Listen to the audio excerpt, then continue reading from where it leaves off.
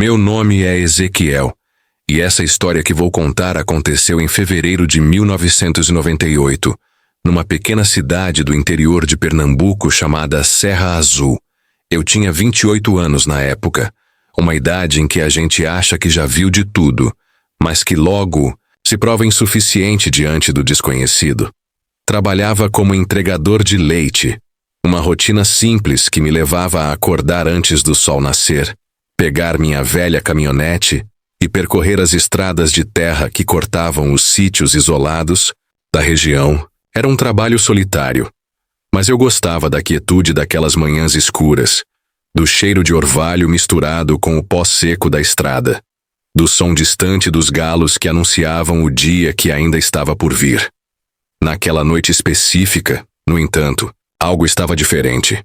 O céu estava pesado, coberto por nuvens escuras que pareciam engolir as estrelas e a lua, deixando o mundo numa penumbra sufocante. O calor era abafado, daqueles que grudam a camisa nas costas e fazem o ar parecer espesso, quase palpável. Não havia um sopro de vento, nem o farfalhar das folhas nas árvores ao redor da estrada.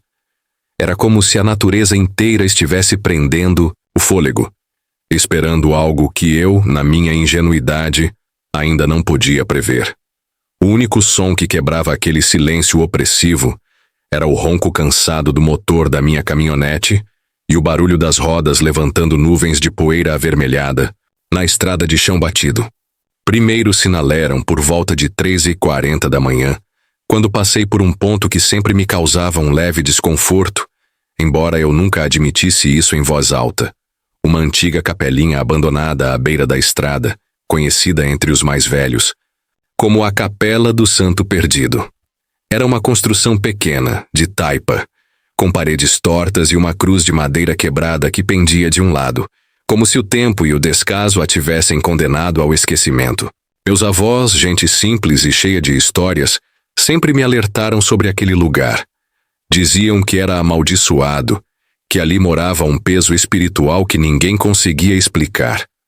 Nunca passe por lá sozinho de madrugada, menino. Minha avó repetia, com os olhos fundos de quem já tinha visto coisas que não contava. Mas eu, criado numa época em que a modernidade já começava a rir das superstições, nunca dei bola para essas conversas. Achava que eram só lorotas de velho, contos para assustar criança teimosa. Naquela noite, porém, algo mudou. Quando os faróis da caminhonete iluminaram a capelinha, senti um calafrio súbito subir pela espinha, como se uma mão gelada tivesse tocado minha nuca. Não era só o frio da madrugada, era algo mais profundo, uma sensação que parecia vir de dentro de mim, um aviso que eu não sabia traduzir. Meu cachorro, Trovão, que sempre me acompanhava nas entregas, também percebeu. Ele era um vira-lata valente, de pelo preto e branco, que não tinha medo de cobra nem de boi brabo. Mas naquele momento ele se encolheu no banco do passageiro, o rabo entre as pernas, e começou a rosnar baixo. Um som gutural que eu nunca tinha ouvido sair dele. Seus olhos estavam fixos em algo além da janela, algo que eu não conseguia ver. Aquilo me deixou inquieto. Trovão não era de se assustar à toa, e vê-lo daquele jeito mexeu comigo. Tentei me convencer de que era só imaginação, que o silêncio da noite e as histórias dos meus avós estavam brincando com minha cabeça. Mas então, por puro instinto, olhei pelo retrovisor. O que vi fez meu coração dar um salto e minhas mãos apertarem o volante com tanta força que os nós dos dedos ficaram brancos. Lá estava ela, uma silhueta grande, agachada ao lado da capelinha, quase indistinta na escuridão. Mas os olhos eu vi com clareza. Eram 2 pontos brilhantes, amarelados, como brasas acesas no meio da noite, e estavam fixos em mim. Não era um animal comum, disso eu tinha certeza. Era algo maior, algo que não pertencia ao mundo que eu conhecia. A criatura na estrada não. Sei o que me possesses, mas pisei fundo no acelerador. O motor da caminhonete rugiu, e a poeira subiu em redemoinhos atrás de mim. Meu coração batia, tão forte que eu podia ouvi-lo ecoando nos ouvidos. um tamborilar frenético que abafava até o som do motor. Trovão continuava choramingando, encolhido no canto do banco, e eu tentava manter os olhos na estrada. Mas minha mente estava naquele retrovisor, imaginando aqueles olhos se aproximando. Poucos minutos depois, entrei num trecho de mata fechada, onde as árvores se curvavam sobre a estrada como um túnel de sombras. Foi aí que as coisas pioraram. Os faróis da caminhonete, já velhos e meio amarelados, piscaram uma vez, duas, e então apagaram completamente. A escuridão me engoliu, e por um instante, tudo o que eu tinha era o som do motor e a sensação dos pneus na terra. Tentei ligar os faróis de novo, batendo no painel com a palma da mão, mas nada aconteceu. Foi então que eu a vi. No meio da estrada, iluminada apenas pelo brilho fraco de um luar que mal atravessava as nuvens, uma criatura gigantesca se ergueu sobre duas patas. Era um lobisomem, mas não como aqueles que a gente vê em filmes de terror, americanos com pelos bem penteados e dentes branquinhos. Esse era real, grotesco, visceral. O pelo era sujo, desgrenhado, cheio de terra e galhos presos, como se tivesse passado anos rolando pela mata. O focinho era longo, torto, pingando uma baba espessa que refletia a luz fraca. Os dentes, amarelados e afiados, despontavam de uma boca que parecia grande demais para o resto da cara. E os olhos, aqueles olhos amarelos que eu tinha visto no retrovisor, agora estavam bem na minha frente, brilhando com uma intensidade que parecia queimar a alma. A criatura soltou um rosnado profundo, um som que não era só alto, mas que eu senti vibrar no peito, como se tivesse atravessado minha carne e batido, direto nos ossos. Trovão ganiu alto, tremendo tanto que achei que ele ia desmaiar de medo. Eu estava paralisado, os olhos grudados naquele monstro, a mente gritando para reagir, mas o corpo recusando obedecer. Tentei dar ré. Girei a chave no contato com dedos trêmulos, mas a caminhonete morreu ali mesmo, o motor tossindo uma última vez antes de se calar. O silêncio que veio depois foi pior que o rosnado. Eu podia ouvir a respiração da criatura, um som rouco e molhado, enquanto ela dava o primeiro passo em minha direção. O chão tremeu de leve sob o peso dela, e eu sabia que, se não fizesse algo, aquilo seria meu fim. O ataque de repente o lobisomem avançou.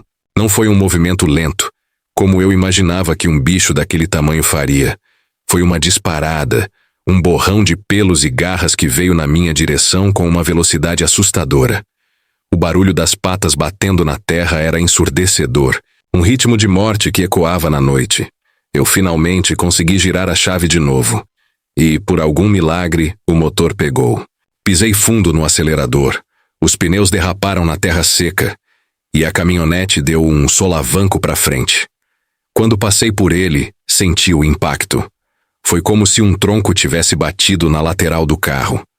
O vidro da janela do passageiro rachou em 1000 pedaços, mas não quebrou completamente. E um arranhão profundo rasgou a lataria da porta com um som agudo que me fez cerrar os dentes. Ele tinha tentado me pegar.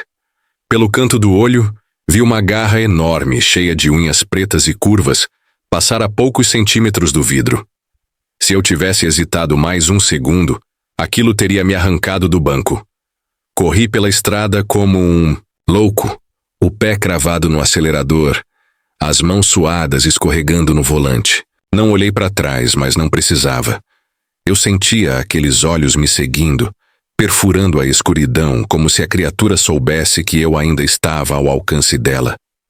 Trovão continuava encolhido, o focinho enterrado nas patas, e eu rezava, em silêncio, pedindo a Deus, aos santos, a qualquer coisa que pudesse me ouvir, para me tirar dali vivo.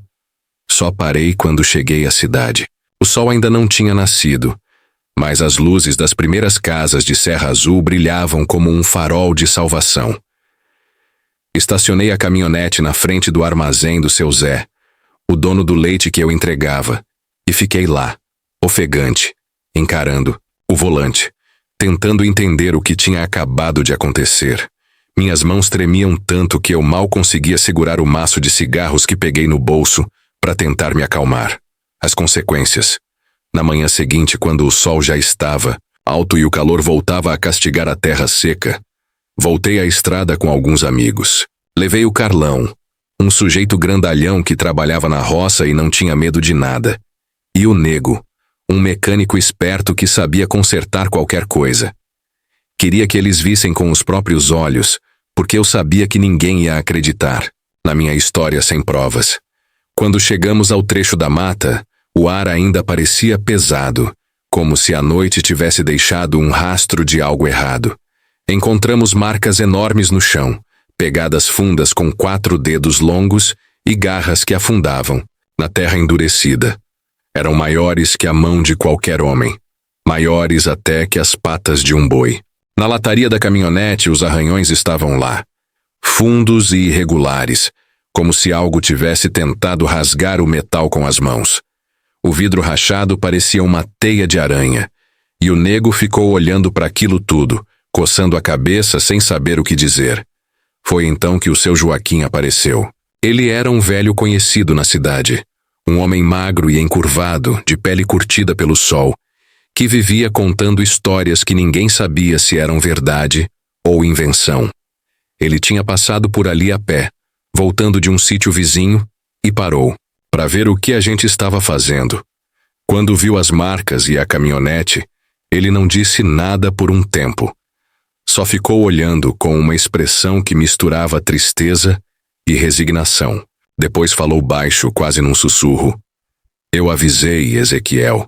Hoje era a 7ª noite. Fiquei arrepiado. A lenda do lobisomem era antiga em Serra Azul. Diziam que na 7ª sexta-feira do ano, ele aparecia, um espírito amaldiçoado que rondava os arredores da cidade, caçando quem ousasse cruzar seu caminho. Eu nunca tinha dado crédito para isso, mas agora, com as marcas na terra e os arranhões na minha caminhonete, não tinha como negar. Aquilo tinha acontecido de verdade. Dias seguintes foram estranhos. Eu mal conseguia dormir.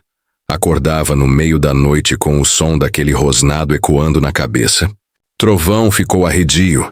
Não saía mais de casa, como se tivesse perdido a coragem que sempre teve.